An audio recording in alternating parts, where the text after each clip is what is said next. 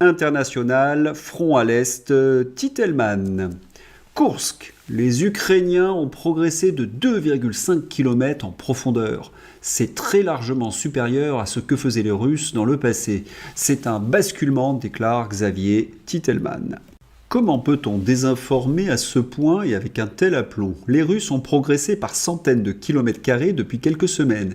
Et sur LCI, des experts en carton-pâte racontent absolument n'importe quoi en permanence. Il y a bien un basculement, c'est celui dans la fake news.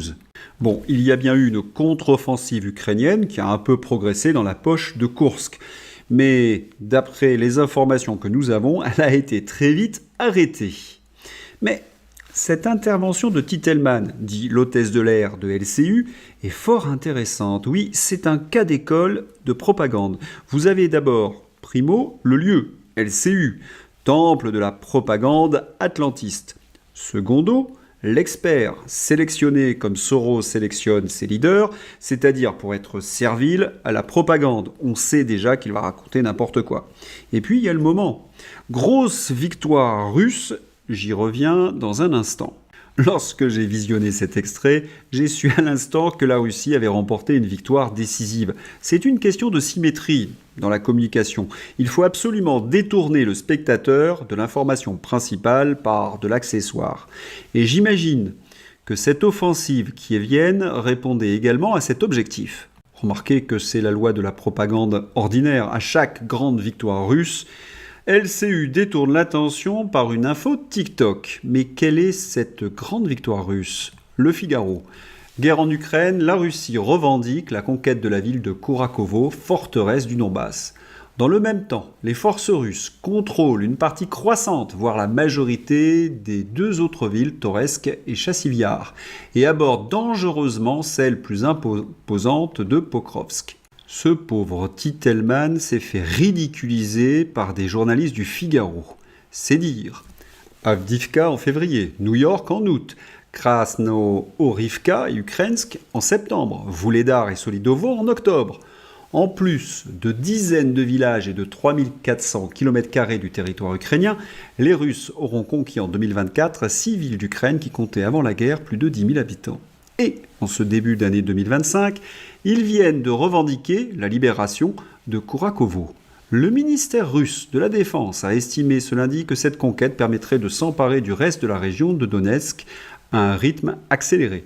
Le site Deep State Map, proche de l'armée ukrainienne, et la majorité des autres cartographes qui géolocalisent les images du conflit confirment la prise quasi totale de la petite ville industrielle du Donbass qui comptait 18 000 habitants avant le déclenchement du conflit.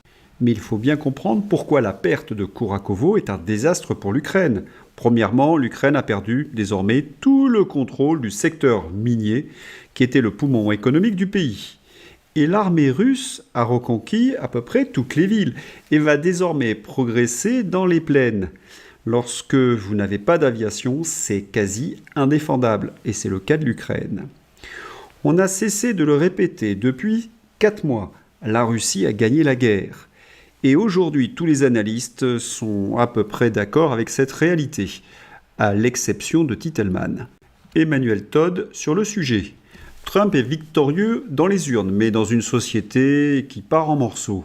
Il va passer dans l'histoire comme le président de la défaite des États-Unis. Son travail va être de gérer la défaite de son pays face à la Russie, estime Emmanuel Todd, invité de Point de vue. Autre point très important, les dirigeants qui sont responsables de cette défaite militaire ont été chassés pour la plupart. Il en reste 2, Macron et Pustula. Mais l'un comme l'autre, ils sont mal en point. Et pour Pustula, c'est physique. Elle a une pneumonie et elle n'a pas pu se rendre à l'audience du 6 janvier qui devait statuer sur ses liens avec l'industrie pharmaceutique. Compte rendu. Le procès contre Ursula von der Leyen s'est déroulé comme prévu. 3 points en discussion. L'immunité s'applique-t-elle dans ce cas? Le parquet européen peut-il retirer cette affaire au tribunal correctionnel de Liège? L'affaire est-elle recevable? Décision le 20 janvier. C'est une date intéressante parce que c'est le jour de l'investiture de Donald Trump. Et d'ailleurs, c'est officiel. Le vice-président élu J.D. Vance quitte le Capitole des USA entouré d'une armée de policiers et d'agents des secrets services après la certification de la victoire historique du président Donald Trump à l'élection. Voilà, il ne reste plus que 2 semaines avant l'investiture de Donald Trump.